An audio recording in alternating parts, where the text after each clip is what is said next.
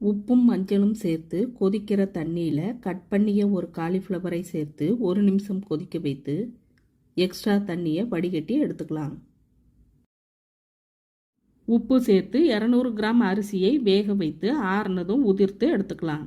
Mixie ஜாரில் 1 கையளவு புதினா இலை, 1 பச்சை மிளகாய், சிறிதளவு தண்ணி சேர்த்து விழுதா அரைச்சி எடுத்துக்கலாம்.